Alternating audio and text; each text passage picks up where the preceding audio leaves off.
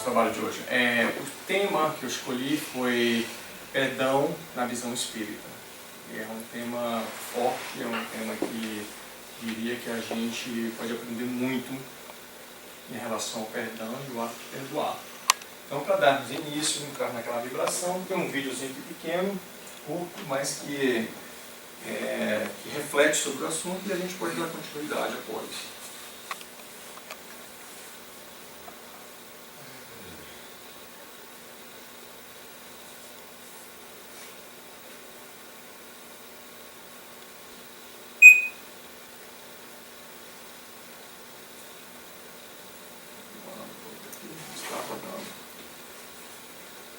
Um, dois, três, quatro, cinco, seis, sete, oito, nove, 10.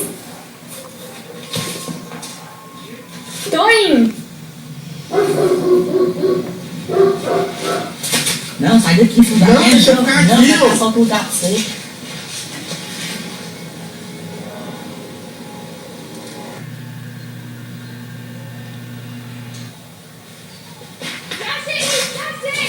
Aí, ó. Não, foi lá. Viu o que você fez? Não, foi mal. Seu babaca.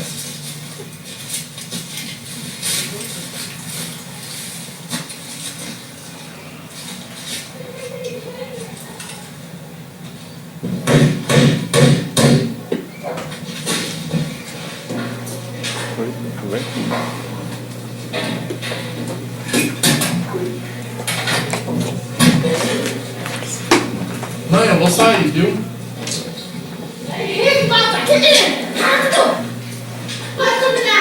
Eu não vou lavar a vasilha, não.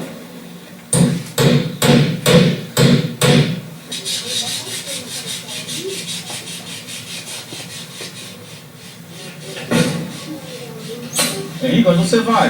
Não te interessa, não enche.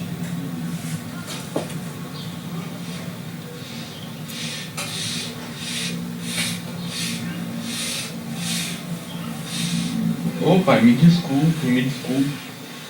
Peraí, meu filho, vamos ali, quero conversar, mostrar um negócio pra você.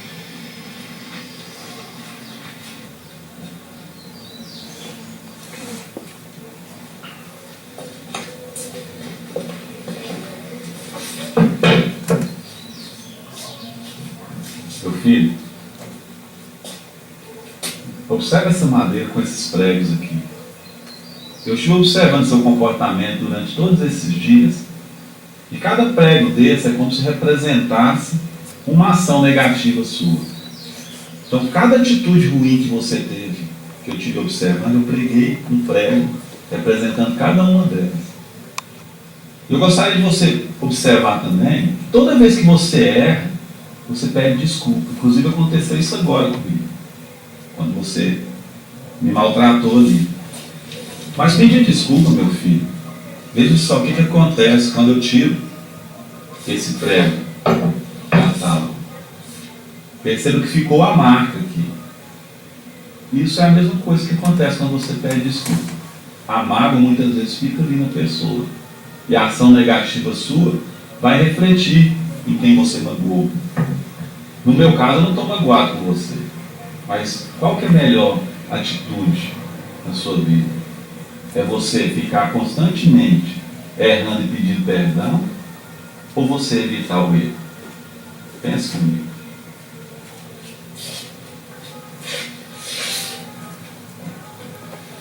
Vamos ajudar o papai, nós temos muita coisa para fazer, tem muito trabalho para entregar, tá bom?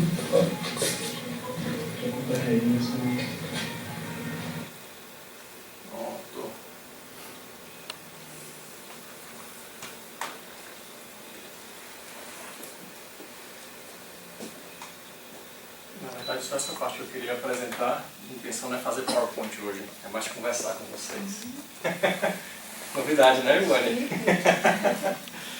Então, bem interessante esse videozinho que ele quis colocar, né? Que não adianta a gente depois pedir perdão, pedir desculpa. Às vezes aquela marca fica ali registrada e dói, né? Não é uma coisa que passa assim de uma forma simples e tudo mais. E não é uma coisa fácil também. Vamos ser sinceros conosco. Pedir perdão e perdoar é uma coisa difícil e complexa.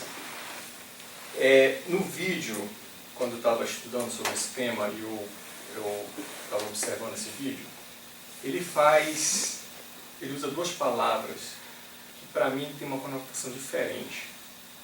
Não sou tão experiente na língua portuguesa, talvez aqui alguém possa interpretar de uma forma diferente, mas na minha visão, a palavra perdão e a palavra desculpa, elas têm pesos diferentes. Como é que eu encaro o perdão e o que eu encaro a desculpa? A desculpa, na minha visão, é algo que você faz de uma certa forma inconsciente, sem nenhuma maldade, e que acontece que você acabou esbarrando no espaço do outro. Vou dar um exemplo. Eu estou com uma mochila aqui, e eu estou perto da Ivone e eu faço um giro e aquela minha mochila, sem querer, dá uma esbarrada nela. Não foi minha intenção de bater com minha mochila na Ivone. É natural eu olhar, desculpa aí, tudo bem? Então, ou seja, é uma coisa que acontece de uma certa forma sem querer, mas que machucou outra pessoa, não necessariamente doeu, mas machucou, e você tomar aquela decisão de pedir uma desculpa. O perdão já é diferente. O perdão já é uma coisa consciente. Você fez algo, está entendendo? Que mexeu no ego. Você fez algo que machucou. Você fez algo que doeu. Você fez algo que tem consequências. Não talvez hoje, mas amanhã. O desculpa, aquele acidente que tem, às vezes, consequências. A Ivone nunca mais vai me ver, eu nunca mais vou ver ela não vai lembrar aqueles barrão que eu dei com a minha mochila nela, e a vida continua. Já o ato de você fazer o mal para alguém, pedir perdão, perdoar, é diferente. Você quer falar alguma coisa? Ah, tá. Então eu achei bem interessante, porque tem gente que faz alguma coisa e pede perdão, quando necessariamente, às vezes, era uma desculpa, já seria o suficiente. E para mim, como tem peso diferente, da mesma forma que a gente não deve pegar e usar a palavra perdão de uma forma só simplesmente verbal, sem ter nenhuma consistência interna no nosso coração, no nosso moral, pelo peso que o perdão tem. Onde, como eu disse anteriormente, o desculpa é uma coisa mais leve, uma coisa acidental. Certo? Então, vou fazer uma pequena brincadeira aqui com vocês e a gente vai ver. Quem acha que é mais fácil perdoar, fica sentado. Quem acha que é mais fácil pedir perdão, por favor, levante. O que vocês acham? Pedir perdão é mais fácil, levanta. Perdoar, fica sentado. Mais fácil. Eu já estou de pé. Eu achei mais fácil. É mais fácil. Perdoar é mais difícil? Tá certo. Então, olha, como vocês viram, o grupo ficou bem misturado. Tá? Obrigado. Então, vocês viram, ficou bem afetado. Ivone falou que perdoar é mais difícil. Ivone, divida com a gente. Por que você acha que perdoar é mais difícil? Porque a pessoa tem que ter mais humildade, sinceridade, se arrepender para perdoar. Sinceridade, humildade para perdoar. Muito bem, é isso mesmo. Então, assim, você perdoar, você tem que ter aquela leveza na alma para acreditar que aquilo que você está tomando, aquela atitude que você está tomando é verdadeira e sincera. Teve um caso, alguns anos atrás, que não sei se vocês recordam, que um pai, o filho dele foi assassinado no Brasil e ele fez uma camisa e divulgava pedindo para perdoar o assassino do filho, não pela lei dos homens. Ele foi julgado e o pai achava que ele tinha sido preso e tudo mais. Mas, por Deus, perdoe aquela pessoa que não tinha conhecimento, não sabe assim, a maldade que fez. É difícil a pessoa chegar a esse ponto de perdoar. Em compensação, quando chega, Perdão. Quem foi que levantou aqui perdão? Vocês levantaram? Levantou? Alguém quer falar sobre perdão? Por que vocês acham que perdão é mais fácil? Perdoar é mais fácil? Não, perdão. Pedir perdão. Eu acho que é exatamente o que ela falou. É tão difícil porque quando você tem que perdoar, você tem que deixar aquele sentimento, você tem que se livrar daquele sentimento.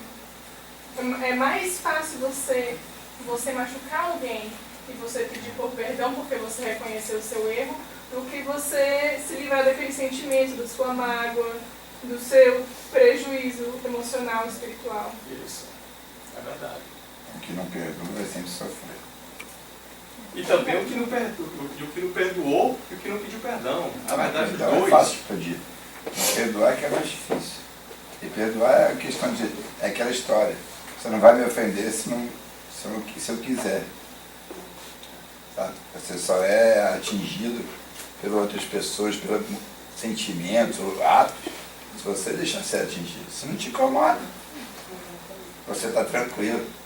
E você não tem nem vai ter nem que carregar essa mágoa toda hora de estar, como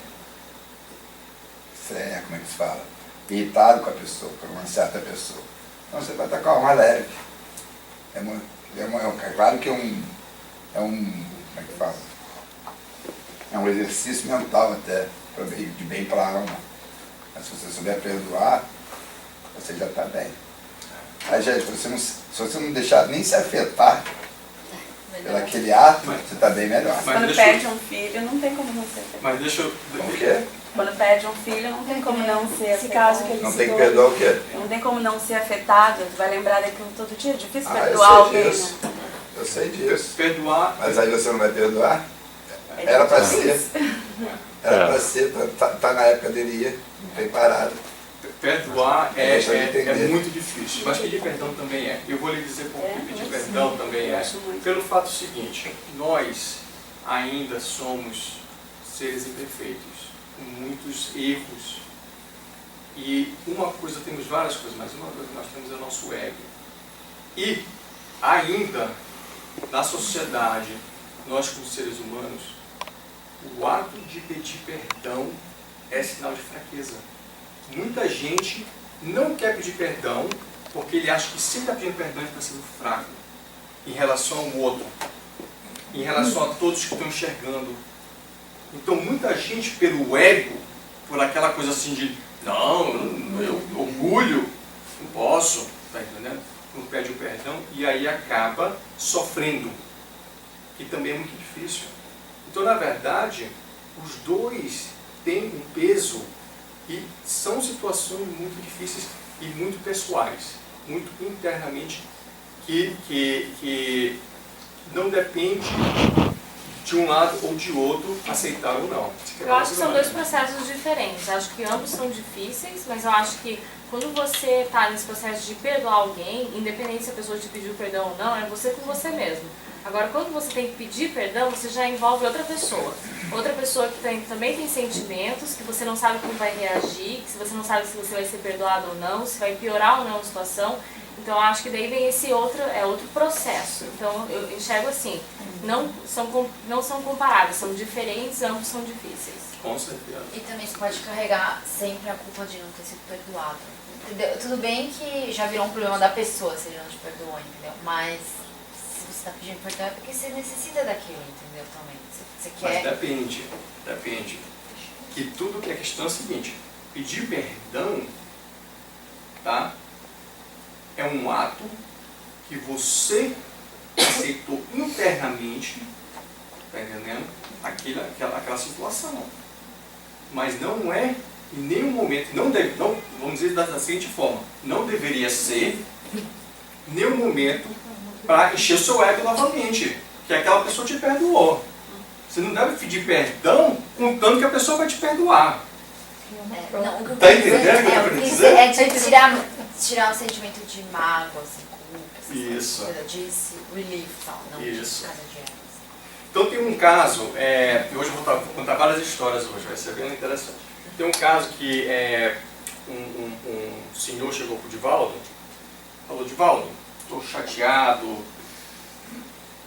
a minha ex-mulher me traiu, ela realmente não prestava, uma pessoa realmente traía com outros homens e tudo mais. E depois eu descobri que ela se envolveu com prostituição, e eu falei, bem feito. Ela se deu mal, tá vendo só, agora ela é prostituta, foi me trair, me vinguei. Só que ela morreu, Divaldo, e eu continuo com raiva, continuo triste. E eu me vinguei dela.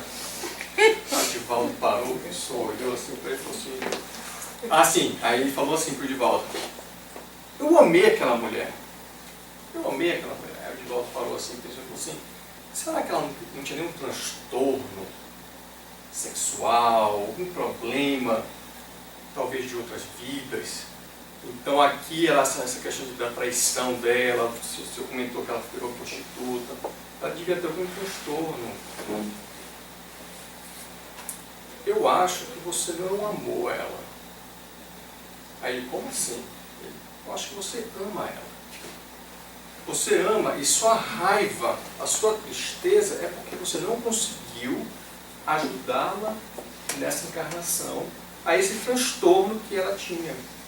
Você tinha oportunidade e você acabou ficando com tanta raiva, criando tanto rancor do que aconteceu, que você, em vez de ajudá-la, ao contrário, você colocou mais um complicador, que foi o quê? A vingança. Você adicionou entre o errado que ela fez e você adicionou mais carga negativa, que era a vingança. Aí Divaldo falou para ele, esse vazio é que quando você começou a jogar toda essa carga negativa, você morreu junto com ela, porque você o ama. Então, meu irmão, por que você não começa a refletir nisso e começa a perdoá-la a partir de hoje? Já que você ama e essa energia do amor é tão grande, ore por ela, perdoe ela, para que ela possa continuar a vida dela em paz. E você com certeza vai conseguir viver o resto da sua vida que você tem. Olha só que situação. Já pensou? A pessoa chegar contigo e você ter a leveza de tentar reverter uma história dessa triste, trágica, de uma forma positiva, e ainda pedir a pessoa perdoar depois de tudo isso que aconteceu. É bem interessante, né? Tem uma outra história que eu quero contar para vocês. É um livro que tem inclusive aqui na biblioteca. Eu sou que nem aquele que eu conto a reza, mas não conto o santo. É porque eu não lembro o nome do livro. Eu vou contar a história, mas não sei o nome do livro. Mas quem tiver aquela curiosidade e quiser ler, depois me avisa que eu vou procurar com você na biblioteca. Mas é o seguinte, é o caso de um rei, muitos anos atrás. O livro é bem interessante porque ele conta a história em duas partes.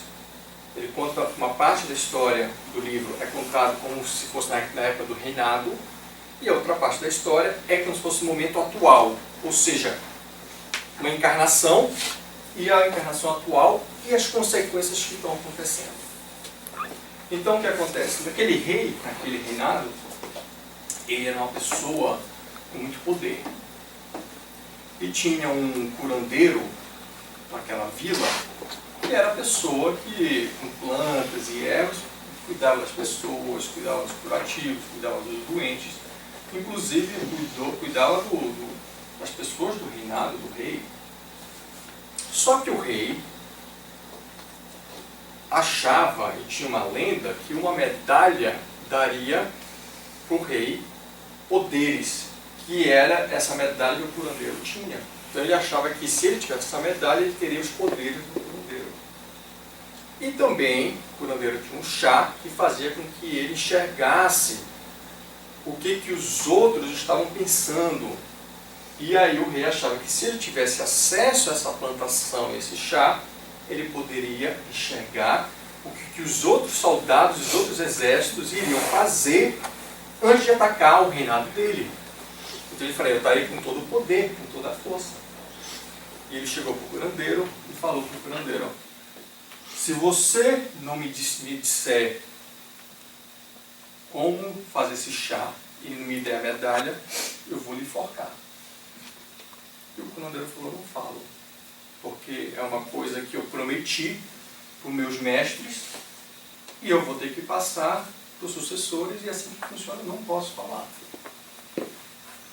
Eu sei que nessa história do reinado, a mulher do rei e o braço direito dele tentavam abrir os olhos do rei. Falaram, rei, ele é o curandeiro, ele é a pessoa que ajuda, inclusive ajudou nosso filho.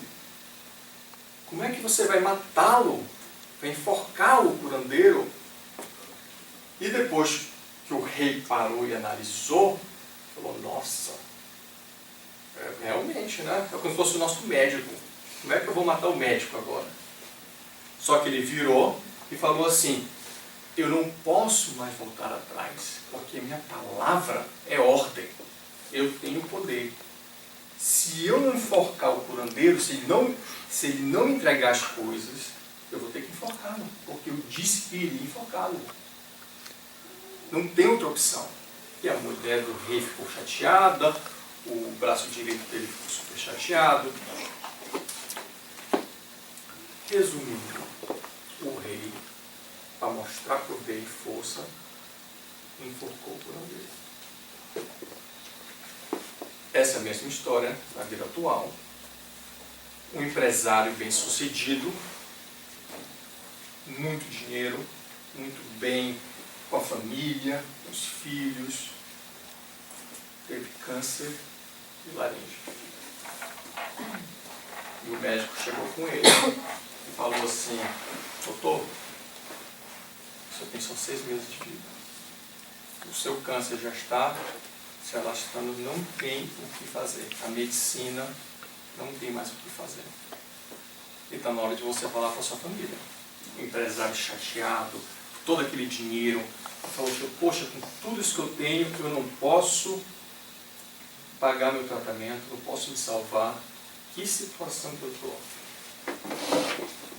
E aí, o braço direito dele, na empresa, falou, olha, eu acho que você teria que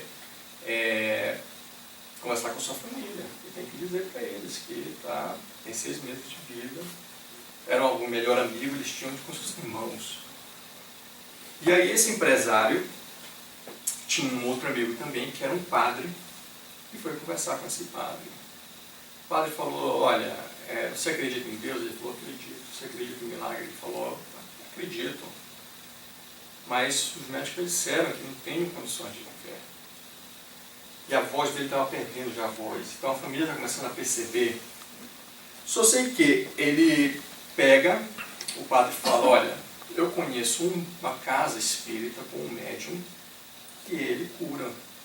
Ele faz tratamento mediúnico. E, quem sabe, eu sou padre, eu estou lhe dizendo isso porque a minha mãe teve um problema de câncer e eu fui aconselhado a ir nesse médium e ele curou a minha mãe. Eu sou católico, nasci na igreja católica, acredito, não mudei minha fé, não sou espírita, mas para minha mãe deu certo e ela está bem. De repente está aqui o endereço do centro espírita, do médium, você pode ir lá e tentar. Bem, resumindo, ele foi lá no médium, e o médium conversou bastante com ele, aí começou, ele não conhecia a doutrina espírita. Nesse momento, a mulher dele, a família dele já está sabendo, o amigo, e todos eles vão para a casa espírita e começam a entender sobre o espiritismo. O médium, através de passes, tratamentos, águas purificadas, fez com que a voz dele fosse começando a retomar. Ele, de fato, fica surpreendido, fica muito feliz, começa a ajudar a casa espírita, ele começa a trabalhar, a família dele começa a trabalhar.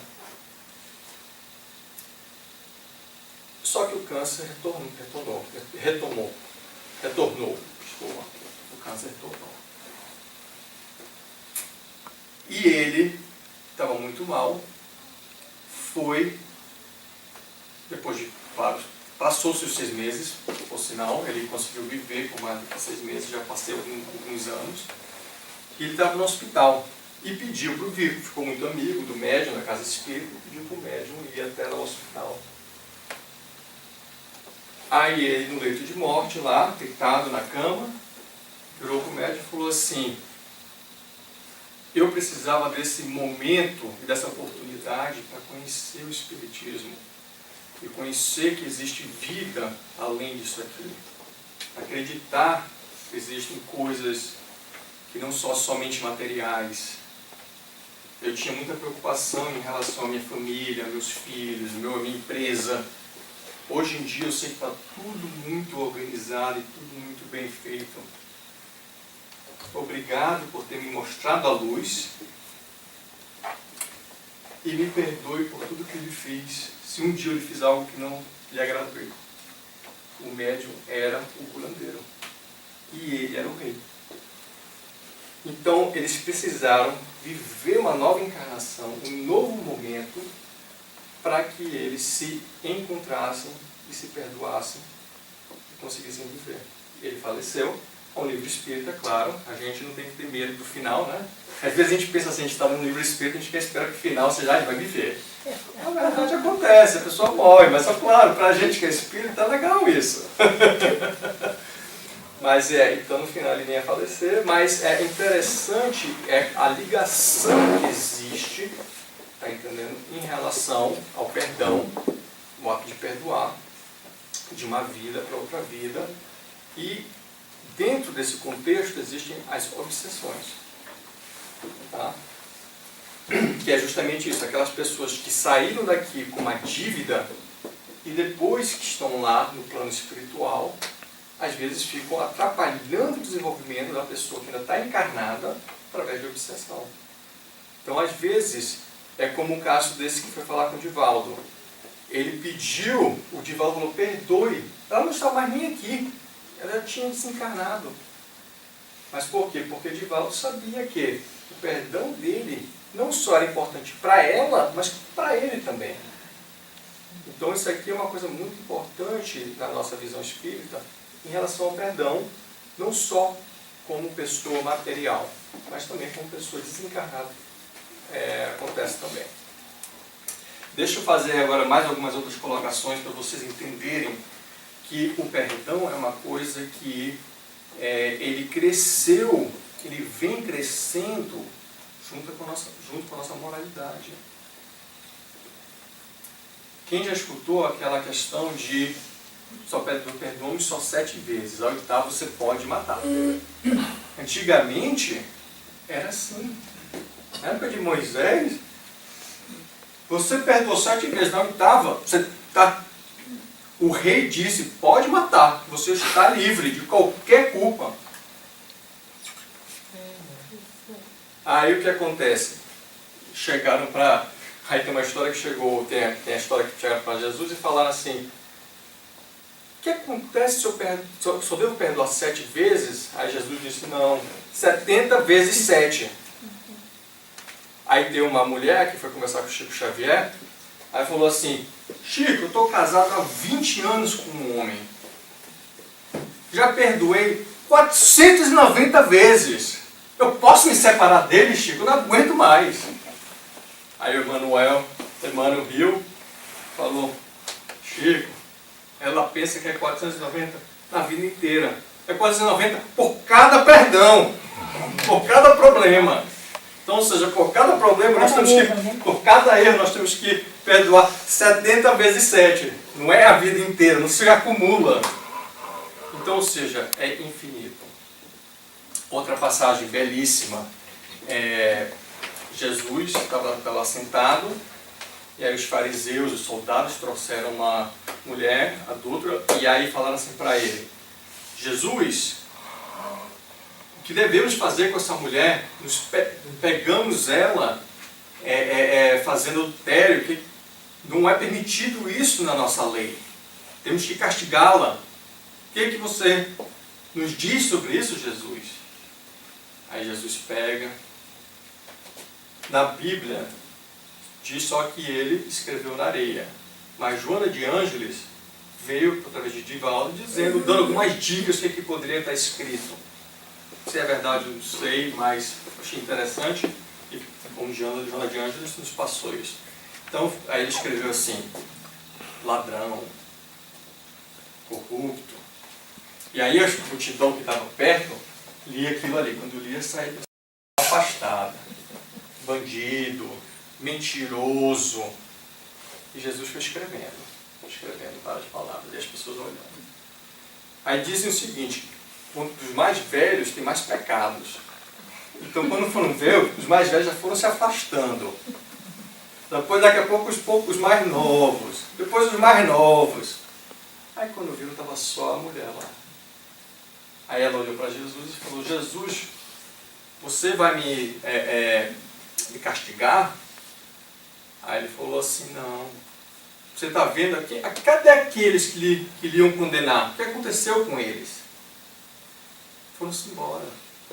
Quem sou eu para castigar? Todos nós temos os erros e temos os nossos pecados.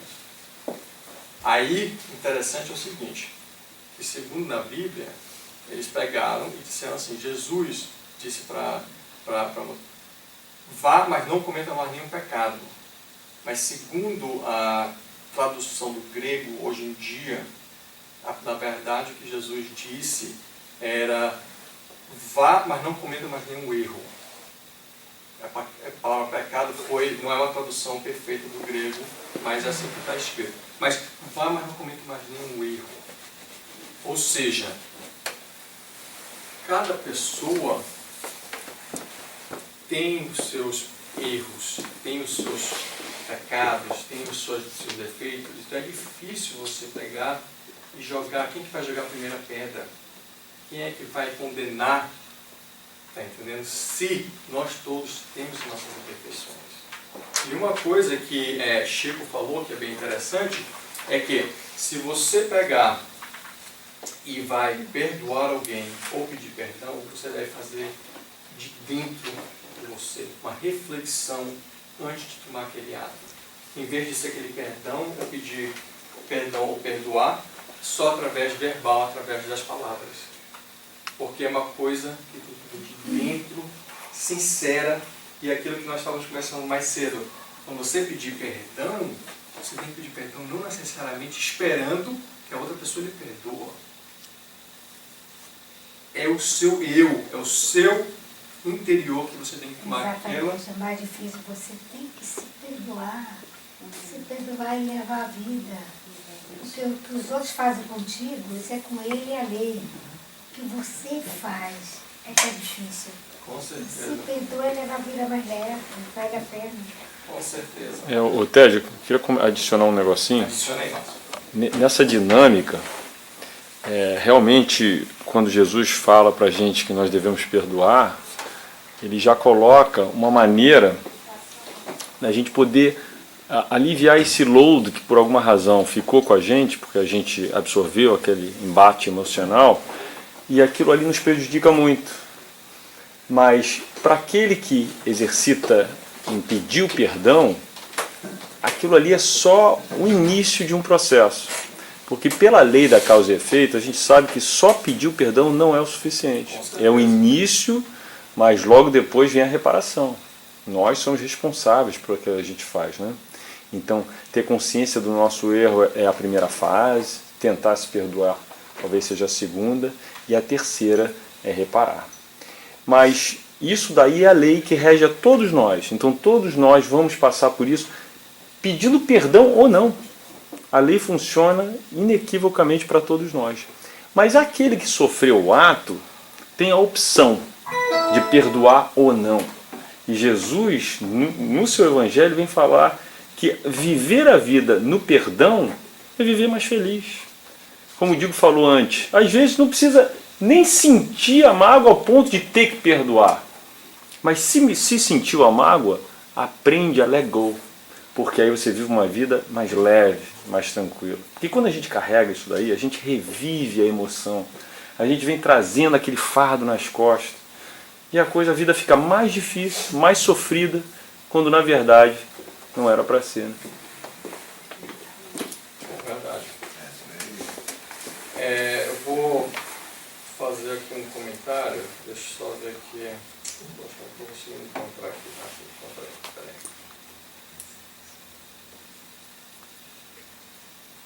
Peraí. Tem um capítulo do Evangelho, e já que a gente está falando sobre perdão na visão espírita, né? Tem um capítulo no Evangelho segundo o Espiritismo, capítulo número 5. Na verdade, capítulo número 10. Bem-aventurados os que são misericordiosos. E tem muita coisa em relação ao perdão. Muita coisa, é bem interessante.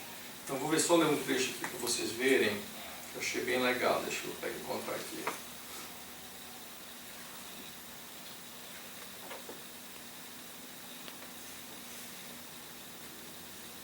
Ver se eu consigo encontrar aqui. Se eu não encontrar, deixo para outro. Na verdade, esse capítulo merece... Quero livro ali. Esse capítulo, não estou encontrando aqui. Esse capítulo merece, na verdade, uma palestra só dele em si, porque é realmente um capítulo muito bonito. Você quer que eu pegue o livro? Não, tudo bem. Já que são 6h50 também.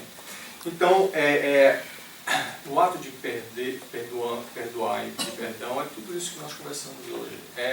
Não é um ato simples. Jesus, ele veio para nos ensinar, e como disse, é um progresso junto com a moralidade. Perdão e perdoar é uma coisa que vem se melhorando cada século, não vou nem dizer ano, porque é um número muito curto, mas a cada século a gente estamos aprendendo, junto com o nosso amadurecimento moral, estamos aprendendo a como perdoar e como pedir perdão. E Jesus foi um grande exemplo. E para encerrar esse tema de hoje, não existe ato maior, ainda mais naquela época, que Jesus fez na cruz, que a gente chama o grande final.